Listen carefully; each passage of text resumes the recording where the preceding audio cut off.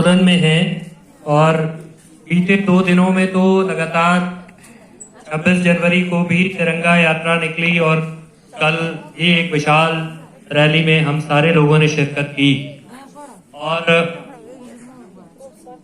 हम लोग लगातार ये कोशिश कर रहे हैं कि सरकार, प्रशासन, शासन उस तक लोगों की आवाज पहुंचे। लेकिन उसके बावजूद जो सरकारी रवैया है, जो सरकार का रुख है, तो वो सिर्फ समय व्यतीत कर रहे हैं, समय काट रहे हैं और कोई गंभीरता उनके तौर तरीकों में नहीं, बल्कि जिस तरह का मजाक सरकार के स्तर पर हो रहा। तो पहले एक बार ये हुआ कि भाई दरारें जो हो गई हैं तो आपदा प्रबंधन के सचिव ने ये इंतजाम किया कि दरारों में मिट्टी भरी जाए। उस समय भी हमने कहा कि ये कौन बुद्धिमान लोग हैं जिन्होंने ये दिमाग पाया है कि दरारों में मिट्टी डाल देंगे तो उसके अंदर पानी नहीं जाएगा। अब उनकी उसको वो सही ठहराते रहे। अब उन्होंने दरार के ऊपर पॉलिथीन रखा हुआ है, यही उनका इंतजाम।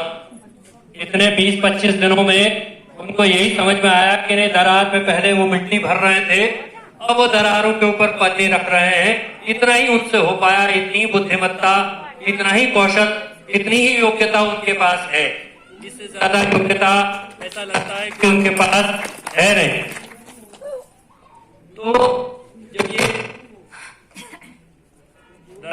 दरारों में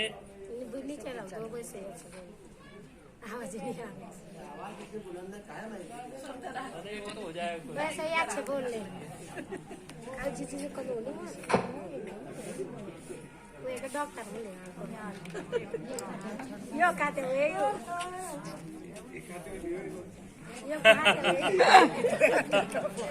कोई बात ऐसे ही बोलो, ऐसे। हाँ, कोई बात नहीं। तो मैं ये कह रहा था कि इतनी बुद्धिमत्ता, इतनी समझदारी इस राज्य में आपदा प्रबंधन के जो सचिव बनाए गए हैं उनके पास है कि वो ये बता सकें कि भाई दरार के ऊपर क्या करना है। तो दरार के ऊपर पहले मिट्टी भरनी है, फिर दरार के ऊपर मिट्टी भर के काम नहीं चलेगा तो पॉलिथीन रख देना है। तो ये जो मिट्टी भरने का, पॉलिथीन रखने का कार्यक्रम है, असल में इससे दरार रुकेगी कि नहीं रुकेगी ये तो नहीं होने वाला है, हम सब जानते हैं। लेकिन इससे जेब जरूर भरेगी, इसका बिल जरूर बनेगा कि मिट्टी भरने में इतना पैसा खर्च हुआ, इतना लाख रुपया मिट्टी भरने में लगा, फिर उसके बाद इतना लाख रुपया पन्नी रखने में लगा, पॉलिथीन रखने में लगा। फिर क्या होगा, फिर हवा आएगी, फिर वो पन्नी उड़ेगी, फिर उसकी जगह नई पॉलिथीन आएगी, फिर इतना लाख रुपया वो पन्नी दोबारा खरीदने में लगा। और इसी तरीके से लोगों के हिस्से का पैसा, लोगों को राहत देने के लिए जो पैसा पुनर्वास के लिए लगना चाहिए था, वो मिट्टी भरने में, पन्नी रखने में और अफसरों की शान शौकत में लगेगा। वो सारा इंतजाम इसी तरह से होगा। तो ये हम कहना चाहते हैं। और आज के दिन पर मैं अभी ये मिट्टी भरने का खेल, तो ये मिट्टी भरने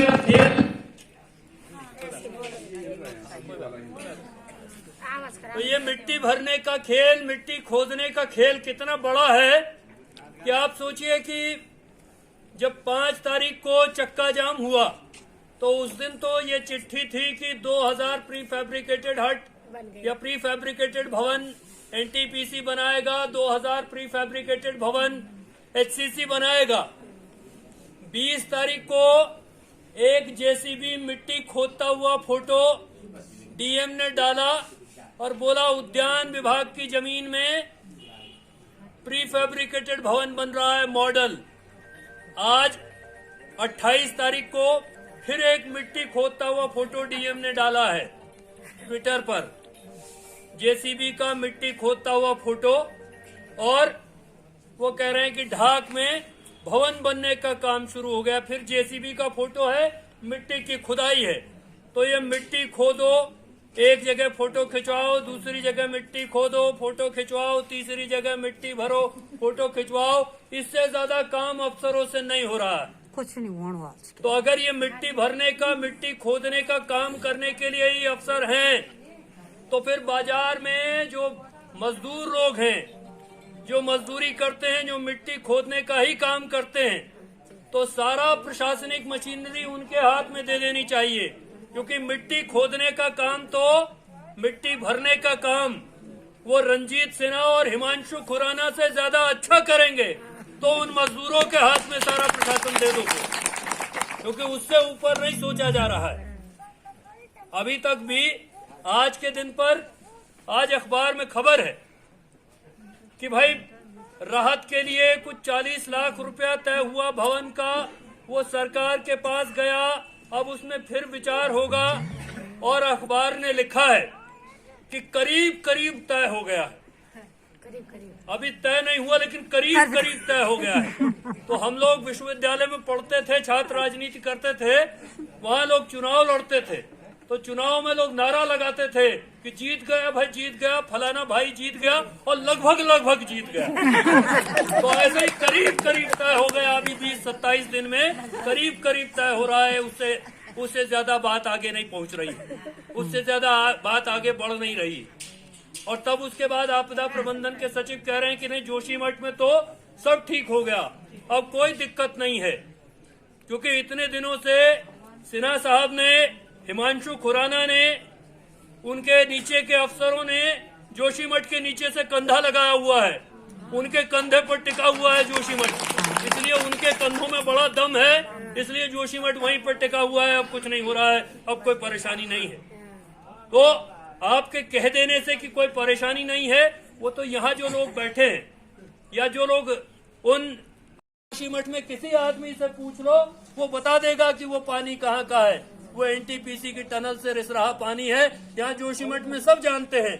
लेकिन हिंदुस्तान के तमाम बड़े वैज्ञानिक संस्थान, उनको इतने दिनों में पता नहीं चला कि वो कहाँ का पानी है। तो या तो उन पर ताला लगा दिया जाए, या उन वैज्ञानिक संस्थानों में जिन्होंने सरकार के सामने अपनी रीढ़ की हड्डी जमा कर दी है, तो उनके लिए रीढ़ की हड्डी का बंदोबस्त थोड़ा किया जाए, ताकि वो तन करके खड़े हो सकें, ताकि वो तन करके सच बोल सकें, वास्तविकता बयान कर सकें। तो लेकिन ये वैज्ञानिकों की समस्या होगी कि उनको सच नहीं बोलना है, उनको विज्ञान से समझौता करना है, ये उनकी समस्या हो सकती है। ये हमारी समस्या नहीं है। हम तो जानते हैं कि वो कहाँ का पानी है, हम ये भी जानते हैं, और इसलिए कल भी हमने कहा, और ये लगातार हम ये कह रहे हैं कि वो एनटीपीसी पर ताला लगाना होगा, क्योंकि वो हमारी तबाही का इंतजाम कर रही है वो परियोजना, इसलिए वहाँ तो ताला बंद करना पड़ेगा। वो हर हाल में बंद होकर के रहेगा, वो इस बात से नहीं बच सकते हैं। तो बस इस बात के साथ हम लोग बहुत देर से यहाँ बैठे हुए हैं, इस बात के साथ कि ये लड़ाई, जिसको हम बार बार कह रहे हैं कि एक लंबी लड़ाई है, और इस लंबी लड़ाई में जितने भी ऐसी कोशिशें हैं लोगों को भ्रम में डालने की, लोगों को उकसावे में डालने की, उस किसी कोशिश में नहीं फंसना है।